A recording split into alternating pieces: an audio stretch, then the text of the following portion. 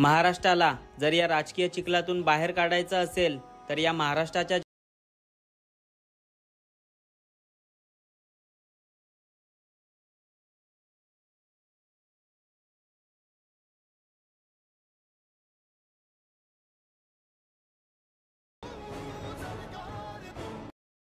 अरे महाराष्ट्रामधली जनता तुमचा तमाशा बघते रे। हा आमदार आमच्या संपर्कात, तो खासदार आमच्या संपर्कात, पण ज्या जनतेने तुम्हाला निवडून दिले ना त्यांच्या संपर्कात फक्त एकच आमदार आहेत, ते म्हणजे आमच्या सर्वांचे लाडके व लोकप्रिय एकच वादा, आमचे राजू दादा।